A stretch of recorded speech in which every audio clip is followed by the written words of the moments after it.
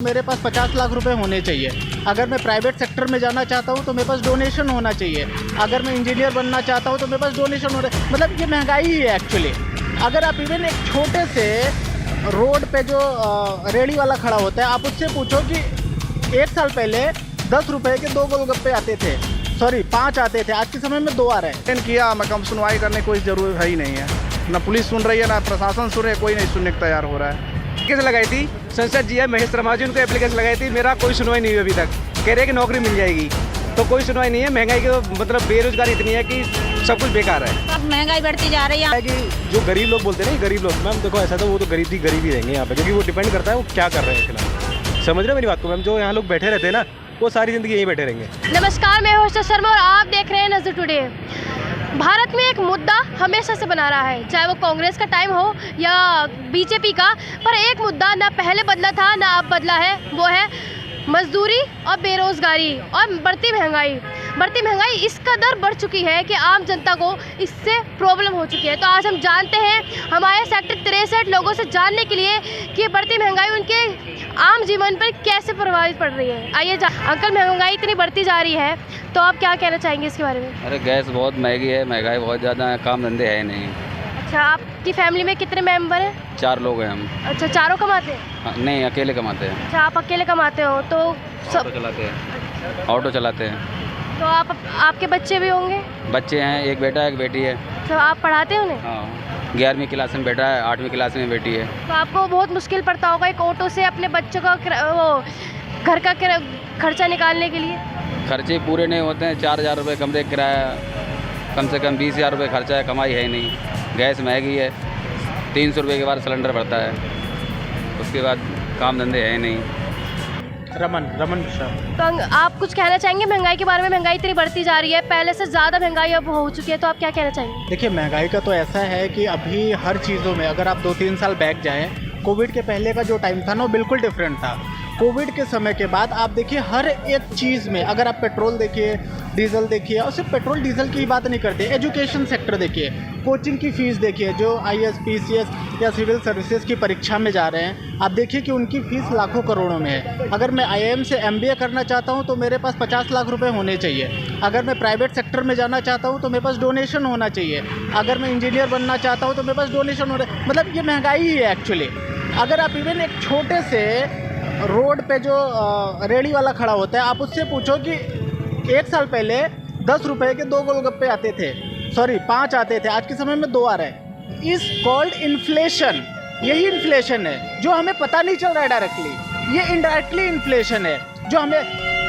कोई भी गाड़ी, अगर कोई कार परचेज करने जा रहा है तो कार में एग्जैक्टली क्या होता था कि 6 लाख रुपए में उसको एक अच्छी स्टेबल कार मिल जाती थी। आज की डेट में वही गाड़ियाँ 7.5 लाख 8 लाख रुपए की हैं।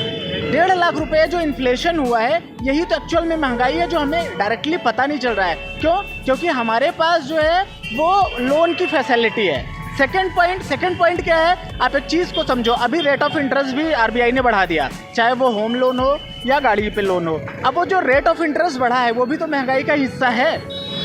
तो ईच एंड एवरीवेयर ये इसको इन्फ्लेशन बोलते हैं एग्जैक्टली। जितने भी इकोनॉमिस्ट हैं या जितने पढ़े लिखे लोग हैं, 10 साल बाद वही 1 करोड़ की वैल्यू जो है 50 लाख के बराबर हो जाएगी। जो आज 50 लाख की वैल्यू है, 10 साल बाद उसकी 1 करोड़ की वैल्यू होगी।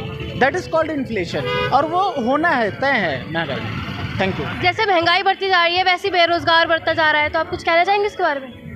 देखिए, बेरोजगारी जो है, मुझे कहीं ना कहीं लगता है कि युवाओं में भी बहुत सारे गैप्स हैं। गैप क्या है कि लोग काम करना नहीं चाहते हैं। मैं प्राइवेट सेक्टर में वर्किंग हूँ एज अ ब्रांच मैनेजर। मैं पिछले 6 सालों से बहुत सारा मेहनत किया, खूब भाग दौड़ किया दिल्ली NCR में, तब जाके मैं यहाँ तक पहुँचा हूँ। तो आप समझो कि लोग भागते हैं अपने काम से। ऐसा नहीं कि प्राइवेट में अपॉर्चुनिटी नहीं है, या प्राइवेट में लोगों आपके पास गवर्नमेंट से ज़्यादा अपॉर्चुनिटी है, ज़्यादा अर्निंग कर सकते हो, आप ढेर सारा पैसा बना सकते हो, और प्राइवेट में आपके मन मुताबिक जो है जॉब चेंज कर सकते हो, अच्छी अपॉर्चुनिटी सर्च कर सकते हो, साथ में अपनी कंसल्टेंसी, अपना बिजनेस भी रन कर सकते हो अगर आपके पास कैपेबिलिटी है। अ capable man never depend on the government. वो कभी भी गवर्नमेंट पर डिपेंड नहीं रहता है। Thank you so much. तो अंकल, आप अपना नाम बता दीजिए। मेरा नाम बबलू कुमार विश्वकर्मा है। मैं गोरखपुर का निवासी हूँ, गोरखपुर से आया हूँ। बट यहाँ बहुत प्रॉब्लम हो रही है, हर जगह से प्रॉब्लम ही प्रॉब्लम, ट्रांसपोर्ट का प्रॉब्लम, हर जगह महंगाई के जैसे हो गया है। तो आप इतनी दूर से यहाँ पे काम के लिए आए हैं क्या? नहीं, मैं काम के लिए नहीं आया, क्योंकि यहाँ पे कुछ ऑफिस ऐसे हैं कि मैं तब आउट ऑफ कंट्री के लिए मैं काम करता हूँ। कुछ फ्रॉड हो गया है मेरे साथ में, फ्रॉड किया गया, पैसे के लेन देन है, इसके लिए मैं आया था यहाँ पे। क्या हो गया आपके साथ, आप कुछ बता सकते हैं? देखिए, मेरे साथ में ऐसा हुआ था कि मतलब अपना नोएडा में सेक्टर 16 में एक ऑफिस था ग्लोबल सर्विस के नाम से। तो वहाँ पे सोचता है कि चलो ठीक है, रोज़गार नहीं है तो कहीं आउट ऑफ कंट्री जा करके रोज़गार अपना बनाएगा, अपना फैमिली को देखेगा। बट यहाँ आया, मैंने 2 लाख रुपए दिया, वो लेके फ्रॉड हो गया, फरार हो अच्छा, गया। तो आपने कंप्लेन कुछ की? कंप्लेन किया, मैं कम सुनवाई करने की कोई ज़रूरत है ही नहीं है। ना पुलिस सुन रही है, ना प्रशासन सुन रही है, कोई नहीं सुनने को तैयार हो रहा है। आपने एफआईआर कुछ कही थी? मैंने गया था, थाने पे गया था, सेक्टर 16 में जो अपना थाने पुलिस चौकी वहाँ पे गया था। उन्होंने बोला भग गया, तो मैं क्या कर सकता हूँ? यही तो पुलिस वाले प्रशासन, यही लोग का भाषा है, बात करने का तरीका यही होती है। मेरा नाम नरेश कुमार है। जैसे महंगाई इतनी बढ़ती जा रही है, आम लोगों को भी बहुत प्रॉब्लम होती जा रही है, तो आप कुछ कहना चाहेंगे इस पर? महंगाई के लिए तो जो बहुत परेशानी आ रही है, देखो महंगाई इतना है कि महंगाई भी देखो, सरसों का तेल इतना पहुंच गया है, पेट्रोल इतना ऊपर चला गया है कि बाइक चलाना मुश्किल है। हम तो सोच रहे हैं कि साइकिल ले लें तो उससे अपना काम करें। रोड पे पड़े हैं जी, कोई यहाँ पे किसी से मेरा भी एक एप्लीकेशन लगाई थी, संसद जी है महेश शर्मा जी, उनको एप्लीकेशन लगाई थी, मेरा कोई सुनवाई नहीं हुई अभी तक। कह रहे हैं कि नौकरी मिल जाएगी, तो कोई सुनवाई नहीं है। महंगाई की मतलब बेरोजगारी इतनी है कि सब कुछ बेकार है। तो आप काम नहीं करते? काम क्या करता हूँ, देखो रोड पे बैठा हूँ मैं क्या काम करता हूँ। नौकरी की मैंने एप्लीकेशन दी थी, उसके कोई जवाब नहीं आया मेरे पास। कहा कि नौकरी लग जाएगी, कहीं अभी तक कोई सुनवाई नहीं आई है। वेबसाइट क्या है मेरा, तो बस यही है, थोड़ा से जो भी कपड़े का काम यही है। नौकरी ढूंढते ढूंढते जब ये चलाया है। आपके फैमिली में कितने मेंबर हैं? मेरे फैमिली में 3 बेटी हैं, 2 बेटा है मेरे। अच्छा, तो वो पढ़ते हैं?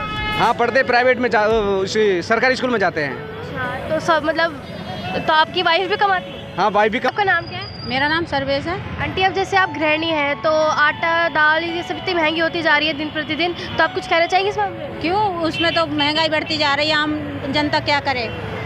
आम जनता क्या करे? इसके मामले में थोड़ा बहुत महंगाई कम करना चाहिए मोदी को लिए, है ना।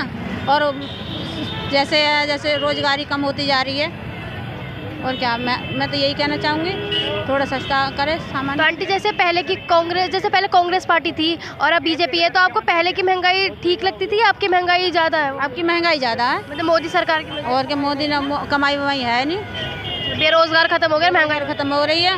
और कंपनी में चले जाओ, वही 8,000 10,000 है। क्या करेगा इंसान? पेट पालेगा क्या, कि बच्चों को खवाएगा, कि भूखा सोएगा? ये क्या करेगा? सुरेंद्र चौधरी। अंकल, जैसे महंगाई बढ़ती जा रही है, तो आप क्या महंगाई हो गए हैं, आप क्या कहना चाहिए? मजदूरी कर रहे हैं, काम नहीं मिल रहा है कहीं पे। सब तो आप मजदूरी से कितना कमा लेते हैं? वही 400-500 उसमें घर का किराया घर का चल रहा है।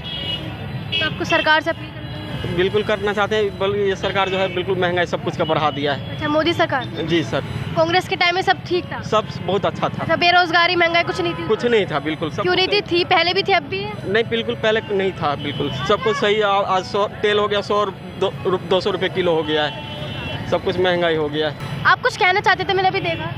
हाँ जी मैम, मैं ये कह रहा हूँ कि देखो महंगाई का इन्होंने बोला, डिपेंड करता है मैम पॉपुलेशन देखो अपनी इंडिया की ना। ये पॉपुलेशन मतलब जो 1947 में पॉपुलेशन थी उसकी डबल से ट्रिपल हो चुकी है, और ऐसी कितनी पॉपुलेशन ऐसी है जो काउंटेड भी नहीं है। ठीक है, दूसरी चीज़ क्या है कि मैम जैसे जैसे महंगाई बढ़ रही है ना, उस हिसाब से लोगों की ग्रोथ भी बढ़ रही है, वो कोई नहीं देख रहा है। 2008 में जो सैलरी थी वो अब उसकी डबल या ट्रिपल सैलरी हो चुकी है लोगों की, 4 गुना भी हो चुकी है। अब क्या है कि जो गरीब लोग बोलते हैं ना, गरीब लोग, मैम देखो ऐसा था, वो तो गरीब ही रहेंगे यहाँ पे, क्योंकि वो डिपेंड करता है वो क्या कर रहे हैं फिलहाल। समझ रहे हो मेरी बात को मैम? जो यहाँ लोग बैठे रहते हैं ना, वो सारी ज़िंदगी यहीं बैठे रहेंगे। ठीक है, लोगों के 6 से 7 बच्चे हैं, और वो उनकी मेंटलिटी इस तरह की है कि भाई वो किस हिसाब से काम करेंगे, किस हिसाब से नहीं करेंगे। हमारे माँ बाप की अलग मेंटलिटी थी, मेरी अलग रहेगी मेरे बच्चों के लिए, तो डिपेंड करता है मैम, वो कभी चेंज नहीं हो सकता यहाँ। तो आपका कहने का मतलब ये है, जैसे जैसे पॉपुलेशन बढ़ती जा रही है वैसे वैसे और यहाँ पे गरीबी बढ़ती चली जाएगी जिस हिसाब से। अगर ये एक तरह से देखो, इसका मेरिट भी है और डीमेरिट भी है। मेरिट ये है कि भाई जितने लोग बढ़ेंगे उतनी रेवेन्यू भी बढ़ रहा है, जीडीपी अपनी ग्रोथ करती जा रही है उस हिसाब से, क्योंकि भाई पैसा कहीं ना कोई जनरेट कर ही रहा है। लेकिन अगर तुम उसे नेगेटिव में लोगे तो भाई आपको पता है कहाँ है, लाइनों में लगे रहते हैं लोग, कुछ ना कुछ मांगते ही रहते हैं कि भाई फ्री का राशन मिल रहा है, फ्री का चाय नहीं मिल रहा है, तो गरीब ही रहेगा मैडम, वो चेंज नहीं हो सकता। Thank you. आपका नाम? मिस्टर शिव यादव। जैसे महंगाई दिन प्रतिदिन बढ़ती जा रही है, तो आप कुछ मैम बहुत ज़्यादा हो रही है।